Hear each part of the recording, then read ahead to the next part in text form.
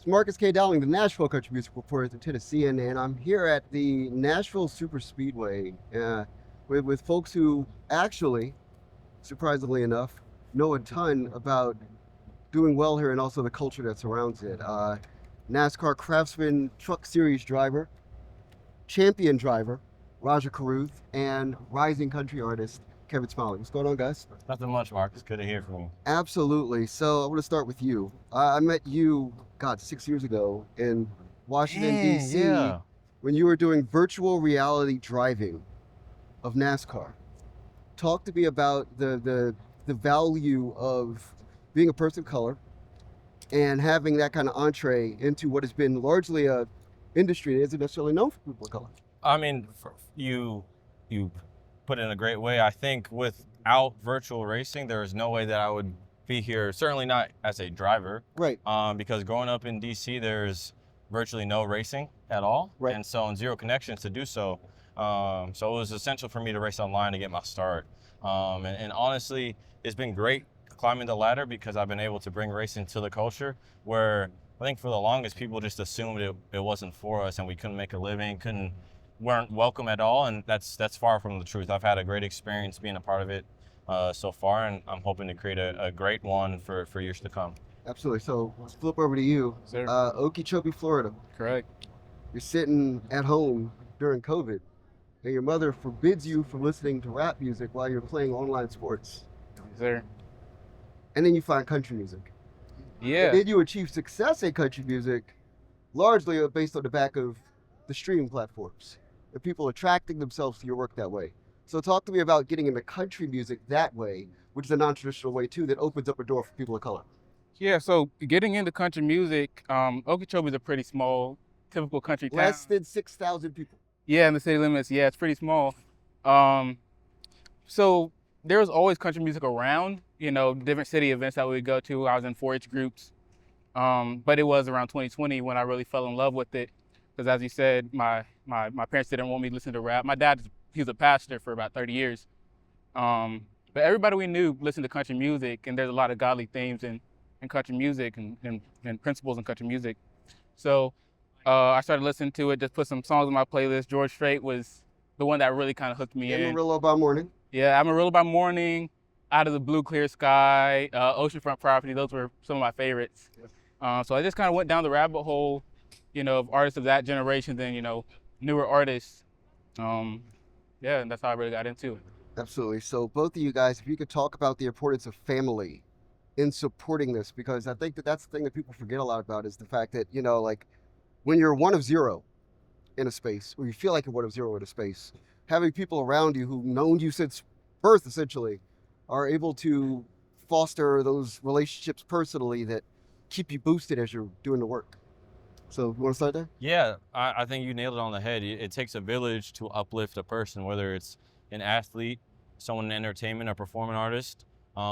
Any person that has a superb talent, they need a village to uplift them because you can't go far if you're just by yourself. So I've been fortunate enough to have, you know, both my parents in my life, my little sister, my grandma, my extended family, and friends to uplift me to not only pursue my dreams, but also support me as I moved to North Carolina to pursue this racing thing and continue my college education and going through the hardships of trying to become a professional athlete and dealing with the lack of success and then how life changes when you receive that success. So it takes a village, and I've been super thankful to have the one that I have with me.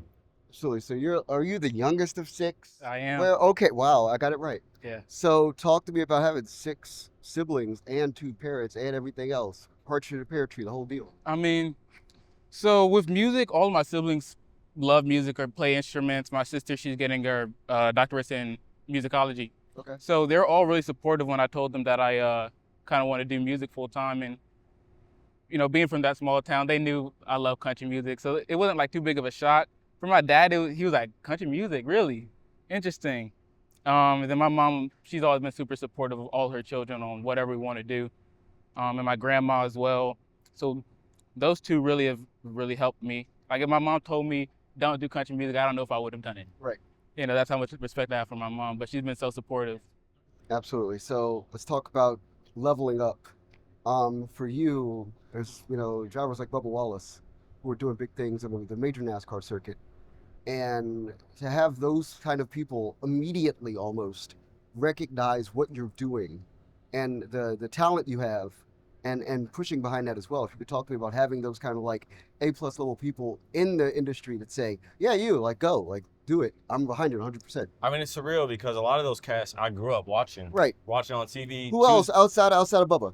I think of Jimmy Johnson, Kevin Harvick, Jeff Gordon, like people that you play as on a video game. Right. You know, and to have personal relationship with those guys and have them actually pay attention to you and your development and looking at your high moments, your low moments is super, honestly special. And it's a pinch me moment just because, like I said, those guys I've looked up to for years since I was itty bitty.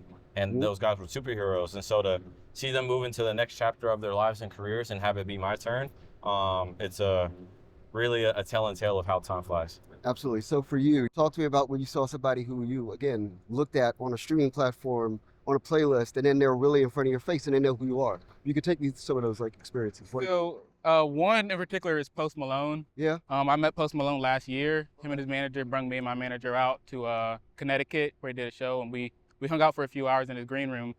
So I saw him again at Stagecoach. It was a crazy moment because he just kind of walking through with this big security guard. Right. Yeah. But you out like, yo, Posty. He turned around. He walked about 10, 15 steps back to me, dapped me up, and said what's up. He remembered one of the songs that I had sang for him. So that was a pretty crazy moment. Absolutely. So hip hop is the elephant in the room in this whole thing.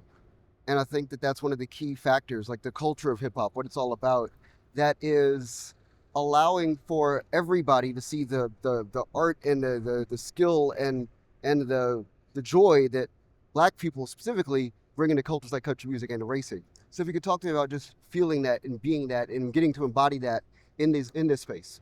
Yeah, Marcus, I mean, you touched on it.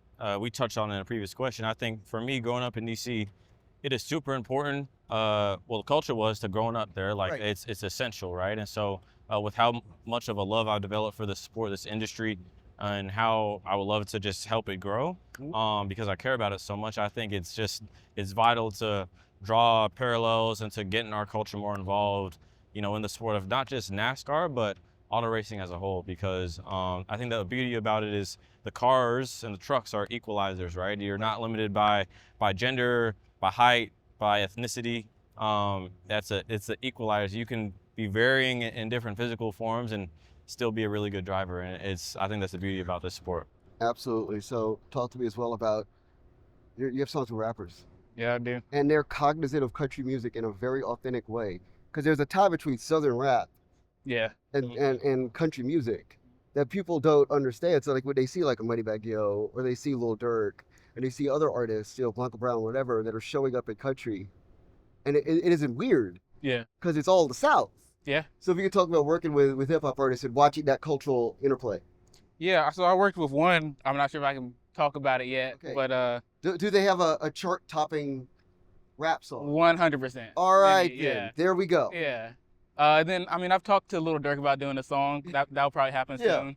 Because everybody, they kind of want to step their foot in. Mm-hmm. Country is cool again, as Lainey Wilson has the song. Yes, indeed. But it's been really cool. A lot of rappers have hit me up and showed support. NLE Chopper, we've talked about doing a song together, so that may happen. So it's been great. Cool. So what's a question that you want to ask Rajah about navigating? What's the question you want to ask him about navigating culture? I'm going to let you guys talk.